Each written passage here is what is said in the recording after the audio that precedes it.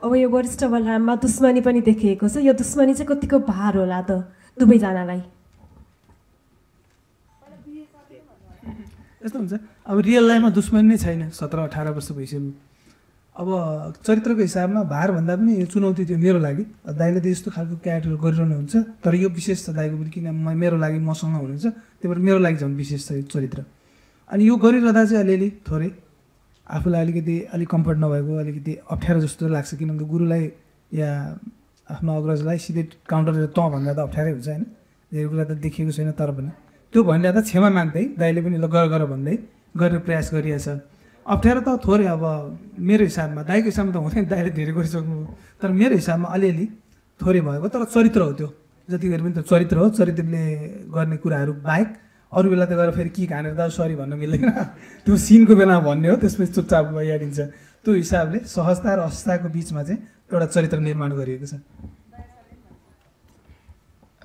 Actor हुनुको सबभन्दा मजा नै त्यो रहेछ कि जीवनमा बाँच्नै नपरोस् अथवा त्यस्तो जीवन भोग्नै नपरोस् भन्ने पात्रहरू पनि गर्न पाइन्छ कि।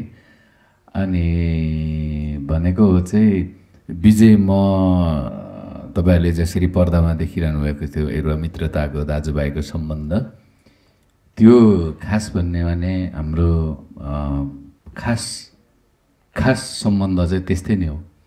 तर वरिष्ठ बलराममा जस्तो चरित्रहरू देख्नुहुन्छ त्यो चिज चाहिँ तपाईँहरूको पनि कामना होला त्यस्तो नभइदियोस् भन्ने होइन। हाम्रो शुभचिन्तक अथवा हाम्रो सबैजनाको त्यो नहोस् नै भन्ने हो। त्यो हुँदा चाहिँ के हुन्छ नि, त्यो पात्रमा गइसकेपछि त्यो हुँदाखेरि त्यो सबै दशा कटिन्छ। त्यस कारणले त्यो मजा नै एउटा अभिनेता हुनुको पछाडिको मजा नै त्यही हो कि जीवनमा भोग्न अप्ठ्यारो पर्ने चरित्रहरू पनि आनन्दले त्यो चरित्र मार्फत भोग्नु पाइन्छ। त्यो भोगाइलिँदाखेरिको चाहिँ एक किसिमको मजा थियो। तर बेमजा चाहिँ यही हेरेर हामी सम्झिन्छौँ कि आजीवन हामी चाहिँ यस्तो चाहिँ हुनुहुन्न भन्ने कुरा पनि अगाडि नै हाम्रो अगाडि नै प्रमाण पनि छ। त्यस कारण ढुक्क हुनुहोस्। डाक्टर साहब, यहाँलाई बधाई छ, लामो समयपछि डिरेक्सन आउनुभएको छ। मैदा सुकीको कुरामा मैदापट्टि छ। हजुर हजुर, तपाईँ नेपालको एकदम राम्रो एडिटर हो, बलराम गरिरहनु भएको छ। सुटिङमा जाँदाखेरि तपाईँ एडिटिङको पोइन्ट अफ भ्यूबाट डिरेक्सन गर्नुहुन्छ कि डिरेक्टरको पोइन्ट अफ भ्यूबाट सुटिङबाट फर्केपछि एडिटिङ गर्नुहुन्छ? किनभने हरेक एडिटरले चाहिँ डिरेक्टर यस्तो खिद्या भयो हुन्थ्यो अथवा यस्तो गर्दै हुन्थ्यो, जहिले पनि म त गुनासो पाइरहेको। त्यो अहिले एकदम सही क्वेसन गरेको। कहिलेकाहीँ एडिटिङ रुममा म आफैलाई हेरेर आफैलाई गाली पनि गर्छु है, यहाँनिर किन खिचेनस् भनेर होइन। अब सेटमा जाँदाखेरि चाहिँ एज अ डाइरेक्टरकै हिसाबले सोचेर काम गरिन्छ, तर कहिलेकाहीँ त्यो एडिटर चाहिँ अलिकति भित्र लुकेको हुँदो रहेछ कि, अनि त्यहाँ चाहिँ काम लाग्दो रहेछ है। सुटमा चाहिँ सेटमा चाहिँ त्यो एडिटिङ धेरै वर्षदेखि गरिरहेको भएर धेरै कुराहरू चाहिँ सहज पनि हुने रहेछ। तपाईँलाई दुईवटा पेसामध्ये सबभन्दा सजिलो चाहिँ कुन, एडिटिङ हो कि डिरेक्सन हो? तपाईँ डिरेक्सन त सेकेन्डरी पेसा। डिरेक्सन भनेको चाहिँ तपाईँको त लिमिटै छैन, तपाईँ जति पनि उड्न पाउनुहुन्छ होइन। एडिटिङ भनेको चाहिँ कसैले लिएर आइदिएको चिजमा तपाईँ एउटा सीमित रहेर काम गर्न पर्ने हुन्छ होइन।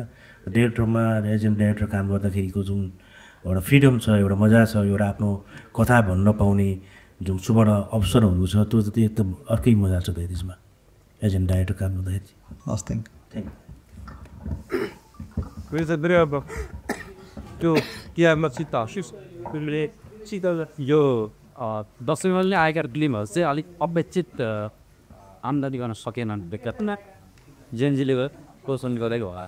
कहिले लता त्यहाँ फेरि त्यो भोगाउँछ कि व्यापारको हिसाबले होइन। अब सामान्य हुँदैछ सर, यस्तो हो। अब हामी सबैलाई थाहा भएकै कुरा हो।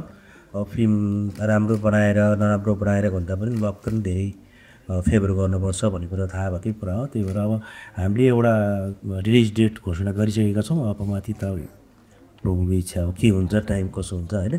होप सो राम्रै होला, त्यसमा हामी खासै विचलित छैनौँ। देशको पनि अलिकति सुदृढ अवस्थामा छ आनटो, त्यसले गर्दा। निर्देशकज्यूलाई एउटा सोधिहालौँ, यो पछिल्लो समय नेपाली सिनेमा हलमा जब प्रदर्शन भइसकेपछि कलाकारहरू जाने र त्यसको रिभ्यू लिने जुन प्रचलन चलिरहेको थियो पत्रकारहरूसँग लिएर, कतिपय ठाउँमा विवाद पनि चलिरहेको छ। तपाईँहरू आउँदो यो चलचित्र प्रदर्शनपछि तपाईँहरू त्यस्तै किसिमको रिभ्यू लिनको लागि अनुरोध गर्नुहुन्छ या के छ तपाईँहरूको योजना, कसरी जानुहुन्छ, के छ योजना? त अब हामी रिभ्यू चाहिँ लिन्छौँ नि होला है, अब किनभने यो त वर्षौँदेखि चलिरहेकै हो, चलेकै छ। अब दर्शकहरूसँगै गएर अनि उहाँहरूसित रिभ्यू लिनु भनेको त राम्रै कुरा जस्तो लाग्छ मलाई चाहिँ। यसमा खासै केही गडबड या खराब जस्तो लाग्दैन। अब हजुरहरूलाई के लाग्न सक्छ होला त्यो कुरा चाहिँ मैले बुझ्न सकिनँ। र ठिकै हो त्यो त, आफ्नो डोरीको बारेमा के छ कसो छ कस्तो लाग्यो होइन, रिभ्यू लिनु राम्रै हो जस्तो लाग्छ। दुवैजना नायकलाई एउटा प्रश्न सोध्न चाहन्छु। यो चलचित्रमा तपाईँहरू दुईजना पात्रलाई कुन रूपमा दर्शकहरूले हेर्नेछन् त्यो चाहिँ अलिकति खुलाउन मिल्छ भने भनिदिनुहोस् न। ट्रेलर हेरिरहँदा देखेको एउटा रूप भइहाल्यो। दोस्रो रूप चाहिँ दाइ र मेरो जहिले पनि साथी सम्बन्धको कथामा देखिरहेको अवस्था, फरक अवस्था देखिन पाइन्छ भन्ने एउटा अवस्था। किनकि कहिलेकाहीँ दर्शकहरूले भन्नुहुन्छ नि अलिकति फरक आए देखिनुहुन्थ्यो, तपाईँहरूले पनि भन्नुहुन्छ कहिले अलिकति फरक आइदिए देखिनुहुन्थ्यो। त्यो हिसाबले चाहिँ यो चरित्र दुइटै दाइ र मैले गरेको चरित्र दुइटै फरक देखिन्छ, त्यो हिसाबले पनि फरक पाउनुहुन्छ होला। अब कथाको स्टाइल, कथाको जुन कथा छ यसमा सिनेमाको कथा बोकेको छ अघिल्लो संवादले बताए अनुसारको, जे ट्विस्ट एन्ड टर्न्स हुन्छ जुन अहिले ट्रेलरमा जति देखाइयो त्यसको आधारमा कथाको शैली फरक छ दाइ र मैले गरिरहेको आधारमा। त्यही भएर दुई तिनवटा कुराहरू छन्, ती कुराहरूबाट फरक पाउनु हुनेछ, हामीलाई फरक भेट्नु हुनेछ त्यो पात्र मार्फत। कसैले आफूलाई रिलेट गर्नुहुनेछ, किनकि वरिष्ठ भन्ने कुरा पनि आएको छ। वरिष्ठ भन्ने कुरा चाहिँ अस्ति हामी इन्टरभ्यू दादाले भन्दै त्यो वरिष्ठ भनेको एउटा भ्रम जस्तो पनि हो, कसैले आफूलाई वरिष्ठ सम्झिरहन्छ, त्यो पनि एक टाइमको लागि हुन्छ। तर उसले त्यो भ्रम थाहा पायो भने त गजब चिज बनिहाल्छ, बगान कि अरू सामान्य मान्छेहरू बगान। तर त्यो कुरा थाहा नपाउँदाखेरि वरिष्ठ बन्ने चक्करमा बिग्रिन्छ। कथाले पनि त्यस्तै कथा के भन्छ, त्यो भएर फरक त पाइन्छ नि। पक्कै पनि केही सिनेमाले फरक शैली फरक कथा त भन्छ नै, त्यही भएर केही कुरा फरक होला मलाई लागेको चिज। सो केही फरक होला तर धेरै फरक देखिएन। जस्तै भनिन्छ नि चन्द्रमा छुनु छ भने रकेटै बनाउनुपर्छ, डोको बनाएर हुँदैन। तर नेपाली फिल्म इन्डस्ट्रीमा जुन फिल्मले पनि भन्न चाहिँ भनिन्छ, हामी सम्पूर्ण नेपाली फिल्म इन्डस्ट्रीको सपना हो चन्द्रमा छुने, इन्टरनेसनल लेभलमै जाने। तर जति पनि फिल्म बन्छन् डोको नै बनाइएका, मौलिक कथा नै भनिएका, जातीयताको कुरा नै उठाइएका, हदै भए ग्याङ्स्टरसम्मको। किन हामी रकेट बनाउन नसकेको, किन हामी डोकोमै अल्झिरहेको होला? अब हामी समाज शैली अनि हाम्रो परिस्थिति, हामी जुन भौगोलिक अवस्थाबाट उठ्छौँ त्यस्तै त संरचनाका कथाहरू भन्छन् नि। यदि हलिउडतिर गइयो भने स्पेसका कुराहरू हुन्छन् बच्चैदेखि। जस्तो हामी मौलिक कथा उठायौँ तर हामी यो कथा त हाम्रो इमोसनलाई नेपालीलाई मात्र छुन्छ नि त, तर हाम्रो सपना त इन्टरनेसनल लेभलमा जानु छ नि त। युनिभर्सल कथाहरू पनि छ नि त, त्यही भएर त हाम्रो कान्छमा गइरहेछ दाइको फिल्म गएको छ कतिवटा। त्यो किन गयो होला त्यो पहिले एउटा प्रश्न गरौँ, सोचौँ। किनकि ती पनि कथा युनिभर्सल कथा भनेको चाहिँ के हो, फिल्महरू मात्र गइरहेको हुन्छ नि, जबकि वर्षमा नेपालमा कतिवटा फिल्म भन्छन् नि त। यस्तो हुन्छ। अब हामी जतिसम्म हाम्रो अवस्था छ, हामीले जतिसम्म पुर्याउन सक्ने ठाउँ छ अनि हाम्रो जति नेटवर्किङ छ, सिधै सिनेमा जाने भन्ने भने फेसबुकको लागि त हामी लडाइँ गर्दैछौँ, हाम्रो एउटा अफिस होस् न देशमा भनेर, अरू ठाउँबाट सञ्चालित भइरहेछ भनेर। सिनेमाको कुरा त शैली निर्माण हुनु पऱ्यो। यो पनि विशेष त कथाहरू अब जस्तै कान्समा जाने, भेनिसमा जाने दाइले बढी सिनेमा गएको देखिन्छ, दाइ नै हुन्छ, दाइले उत्तर दिनु होला त्यसको लागि। अब बनाउने प्रयास हो, मेकरले चाहिँ पनि गजब चिज बनाउँ, आफ्नो सिनेमा अस्कारै पुर्याउँ, माथि ठुल्ठुलो फिल्म फेस्टिभलमा लागिरहोस् भन्ने कामना इच्छा त हुन्छ नै। तर कथा हामी जुन भूगोलमा बाँच्छौँ, जुन भूगोल देखेका छौँ, 80% मान्छे त्यही भूगोलबाट उठेको हुनाले पक्कै पनि त्यो कथाले कहीँ न कतै आइहाल्ने रहेछ। तर अब मैले बोलेको अलिक कमी होला, दाइले नै दिए, दाइले पनि हल्का सुनाउला त होइन होइन यस्तो छ। हामीले स्पष्ट के हुनु जरुरी छ भने अहिले हामीले जति काम गरिरहेको छौँ नेपाली स्वीकार्नुपर्छ। नेपाली सिनेमा हामी काम गरेको करिब 90% सिनेमा मेकिङ भनेको डोमेस्टिक मार्केटको लागि मात्रै हो। तपाईँ नै सुन्नु भएको छैन? डोमेस्टिक मार्केटको लागि हो सुनिरहेको छु। के भने भन्नु त? हाम्रो फिल्महरू जति पनि छ डोमेस्टिक मार्केटकै लागि हो भनिराख्नु भएको छ। करिब 90% जति हामी सोच त्यही डोमेस्टिक मार्केटको लागि र केही डायस्पोरा मार्केटको लागि हामीले सोच बनाइरहेका छौँ। यो कुरा पनि कहाँ भने एउटा माहौलको लागि हो, दर्शक खोजिरहेका छौँ अनि त्यसैबाट सर्भाइभ गरौँ भन्ने सोचबाट यो डोमेस्टिक मार्केटको लागि हामी धेरैले जोडबोल गरिरहेको छौँ। त्यसमा केही 10% फिल्म मेकिङ आइरहेको छ होला, त्योभन्दा अलिक बढी पनि होला, यो एउटा अन्दाजमा हेरौँ। तपाईँको यतिका वर्षमा हामीले हेर्ने हो भने 60 वर्षको इतिहासलाई हेर्ने हो भने पनि तपाईँको 60वटा सिनेमा पनि छैन, 12, 15, 20वटा जति सर्ट फिल्महरूसम्म हेर्दा 60वटा पुग्ला है। फिक्सन नन फिक्सनले हेर्दा त्यतिले चाहिँ नै हामीले तपाईँले भने जस्तो ग्लोबल मार्केटको लागि केही कोसिस हामीले काम गरेका छौँ, त्यो स्वीकार्नै पर्छ। पहिलो तपाईँले भने जस्तो यो चिज चाहिँ नि किन हामीले त्यहाँनिर रकेटै बनाइराखेको छैनौँ भन्ने कुरा चाहिँ नि तपाईँको प्रश्न छ। यो चाहिँ नि हामी एक्टरलाई भन्दा बढी मेकरलाई यसको चाहिँ जवाफदेहिता हुनुहुन्छ होला होइन। अनि हामी एक्टरको पनि जोड त्यही हो कि यो फिल्म चाहिँ नि हाम्रो विषयवस्तु अथवा हामीले भन्नु खोजेको कुरा चाहिँ एकदम युनिभर्सल युनिक छ। यो चाहिँ जहाँको मान्छेले पनि कनेक्ट गर्नु सक्छ अथवा यो चिज चाहिँ नि यसको मूल्य मान्यताले चाहिँ नि यो चाहिँ विश्व बजारमा नयाँ मूल्य मान्यता पनि भन्छ, नयाँ कुरा पनि स्थापित गर्छ भन्ने खालको कुनै कथा अथवा त्यस्तो आएछ भने हामी एक्टरहरूले पनि जोड गरिरहेको हुन्छौँ कि यो चिजलाई चाहिँ अलिकति सोचौँ हामी ग्लोबल्ली जान्ने खालको भन्ने। तर अब हाम्रो सोच चाहिँ तपाईँले भने जस्तो कहीँ न कहीँ यो हामी वरपरै त भनेको नेपालमै, नेपालभन्दा बाहिर अलिकति डायस्पोरा हाम्रै नेपाली दर्शकको लागि नै सोच बनाएर हामीले काम गरिरहेका छौँ। तर योभन्दा माथि उठ्नु जरुरी छ, त्यो अवश्य हो तपाईँले भन्नुभएको जस्तो। तर हामीले वरिष्ठ बलराम चाहिँ नै त्यो सोचबाट बनाएको हुँदै होइनौँ, यो विशुद्ध डोमेस्टिक मार्केट अथवा डायस्पोरा मार्केटको लागि नै बनाएको हो। यो कुनै अन्तर्राष्ट्रिय बजारमा पुग्नलाई र त्यहाँको भनौँ न ग्लोबल दर्शकको लागि बनाउनु सोच भएको चाहिँ हाम्रो होइन, त्यो प्रयत्न होइन। यो सामान्य हिसाबले हामीले सोचका साथ नै काम गरेको हुनाले यो ट्रेलरमा यस्ता देखिएको हुनसक्छ। नायिकाज्यूलाई एउटा प्रश्न, अघि नेपाली बोल्न त्यति आउँदैन भन्नुभयो, अनि आउँछ तर बोल्ने बेला त्यसमा खिचिएका दृश्यहरूमा जुन डायलग तपाईँले बोल्नु भएको छ आफै गर्नुभयो या अर्काको भोइस राख्नुभयो? होइन, आफै गयो। छोटो भयो त उसको। के सोध्नु? नमस्कार, म सङ्गम ढका। सबैलाई नमस्कार गरी अगाडि आसिन हुनुभएका। यो अहिले चाहिँ अब दसैँ भर्खरै बित्यो र दसैँमा चाहिँ उल्लेखनीय व्यापार भएन, हामी सबै निराश छौँ भन्ने कुरा आइरहेछ। यो दाइ चाहिँ अलिक बक्स अफिसमा अथवा यो फिल्मको व्यापार चाहिँ अलिकति रिकभर गर्नमा चाहिँ माहिर भनौँ न, तपाईँलाई लगानी गर्दाखेरि चाहिँ अलिक सुरक्षित नै हुन्छन् निर्माताहरू भन्ने एउटा भनाइ छ। विजय दाइ कीर्तिमानी नायक होइन, यो फिल्म चाहिँ अब देशमा अवस्था पनि अहिले सामान्य छैन, कहिले आन्दोलन हुन्छ कि भन्ने छ, यता पुलिस प्रशासनहरू पनि त्रसित भएको अवस्था छ, त्यसले गर्दाखेरि त्यसको माहौलै अहिले सामान्य छैन। यो फिल्मको व्यापार चाहिँ कस्तो होला र तपाईँहरूको अनुमान के छ र यो अवस्थामा बाद तपाईँहरू फिल्म लिएर आउन चाहिँ किन तयार हुनुभयो, यसको बारेमा भनिदिनु। पहिलो त हामी सबैलाई जग्गाएरै छ, अहिले त्यसको परिस्थिति सामान्य छ र हरेक मानिसहरू सामान्य रूपमा छैन। त्यसकारणले हाम्रो क्षेत्र मात्रै होइन, हरेक क्षेत्रमा यसको प्रभाव परेको छ। सिनेमा चाहिँ यही समयमा किन हामीले गर्छौँ भन्ने कुरा चाहिँ मलाई लागेको कुरा चाहिँ किन गर्नु पनि जरुरी छ भने हामीले आफ्नो ठाउँबाट आफूले जानेको हाम्रो पेसागत हिसाबबाट निरन्तरता दिनुपर्छ, त्यो पनि इमान्दार साथ निरन्तरता दियौँ भने नै हो हाम्रो काम चाहिँ नै होइन। त्यही निरन्तरता हो अथवा हाम्रो कर्तव्य, अब हाम्रो काम हामीले जानेको काम आफ्नो ठाउँबाट इमान्दार साथ गर्ने, त्यही गरेको चिजको निरन्तरता हो यो।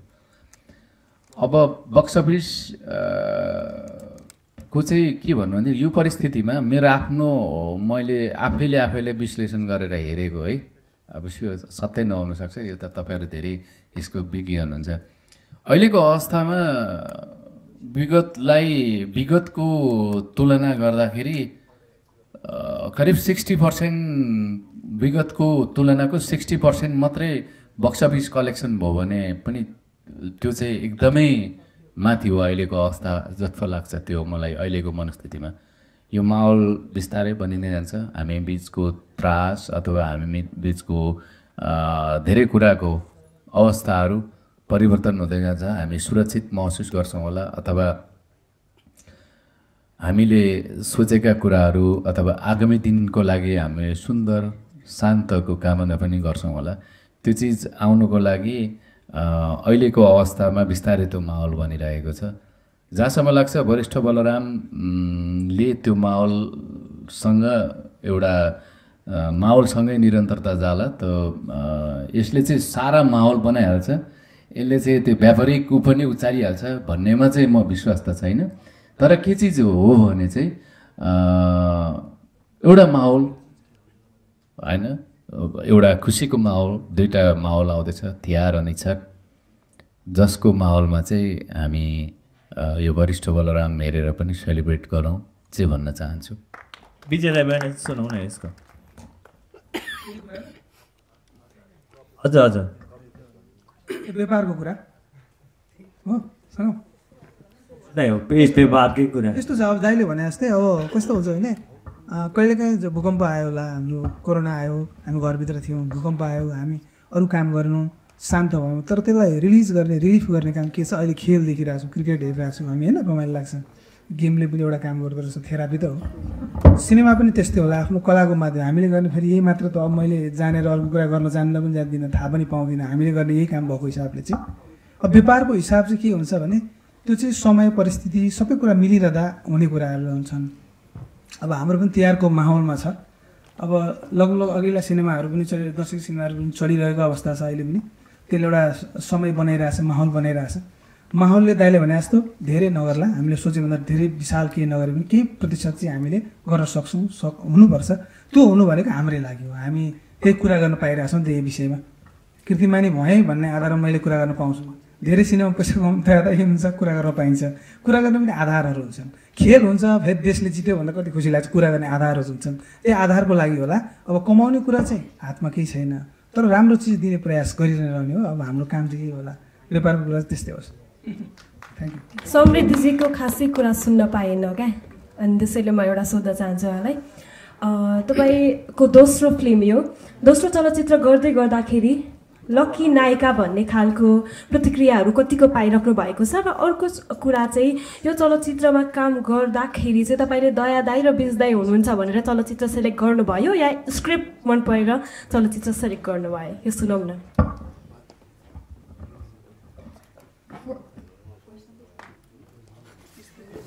होइन पर्सनल चाहिँ के छ लकी त के भन्नु होला, अरूको नजरमा लकी होला, तर मलाई थाहा छ मैले कतिको मेहनत गरेछु यहाँसम्म आउनुको लागि। मैले 4 वर्ष जति दिएँ होला पढाइमा, एक्टिङकोमा, अनि प्लस 4 वर्ष मुम्बईमा मैले स्ट्रगल गरेँ।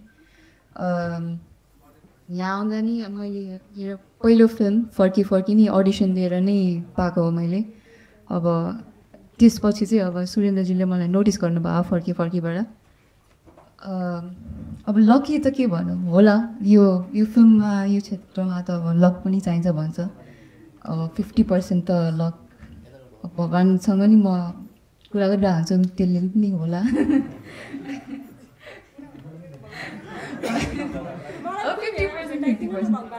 हजुर मलाई पनि भेटाइदिनुहोस् न भङ्गास गर्नु नाम लेख्नु भइहाल्छ। चलचित्र चाहिँ कसरी सेलेक्ट गर्नुभयो? बिज दाई र दया दाई हुनुहुन्छ भनेर कि स्क्रिप्ट मन पऱ्यो? अनेस्टली भन्छु म, उहाँले गर्दा नै मैले हुन्छ भने पछि स्क्रिप्ट सुने। युजली चाहिँ मैले स्क्रिप्ट पहिला सुन्छु, तर यो चाहिँ लोभलाग्दोको एक्टर्स भएर मैले धेरै सिक्छु भनेर चाहिँ मैले ल भने। शान्ति दिदीलाई एउटा मैले एउटा लास्ट पुगेँ ल। शान्ति दिदी धेरै भन्न आएको है ल। अब शान्तिजीसँगको कुरापछि हामी बाहिर जान्छौँ। त्यो कुरा लोकदोहोरी गायिका भएर हेराएको गायिका हो नि त, अनि तपाईँलाई दर्शकहरूले पनि त्यसरी नै रुचाइराख्नु भएको छ। तर पछिल्लो समय चाहिँ तपाईँको गीतहरू धेरै चलचित्रमा देखाइरहेको फरक के पाउनु भयो? कोही गायकी बेस लोकदोहोरी गायिका भएर गीत गाउँदा र चलचित्रमा गीत गाइरहेको? हो, म लोकदोहोरी क्षेत्रबाटै आएको हो। मलाई लोकगीत त अझ मेरो रगतमा, मेरो प्राणमै छ होइन, सबै चिज छ। तर पछिल्लो समयमा चलचित्रको गीतहरू गाइराखे पनि तर चलचित्रको गीतहरू लोकबेसबाटै आएका गीतहरू धेरै गीतहरू लोकबेसबाट चाहिँ चलचित्रहरूमा गीतहरू समावेश गरिँदै अहिले चलनहरू आइसकेपछि चलचित्र क्षेत्रमा पनि राम्रो गीतहरू पाएको छु र राम्रो गीतहरू गाउनु पाएको छु राम्रो पनि भइरहेको छ एकदमै खुसी लाग्छ अब अडियन्सको माझमा सबै अब गाउने त गीतै हो होइन लोकदोहोरीको अडियन्स र चलचित्र हेर्ने अडियन्सहरू माझ पनि अब आफू फिजिन पाउँदा छरिन पाउँदा एकदमै धेरै खुसी लाग्छ यो मेरो चाहिँ गौरवको विषय हो म खुसी लाग्छ आफ्नो स्ट्रगलसँगै मैले आफ्नो आवाजले दिएसँगै मैले चाहिँ पाएको हो यो सबै चिजहरू पाएको खुसी लाग्छ थ्याङ्क यू सोध्दै पर्ने क्वेसन बाँकी छ ल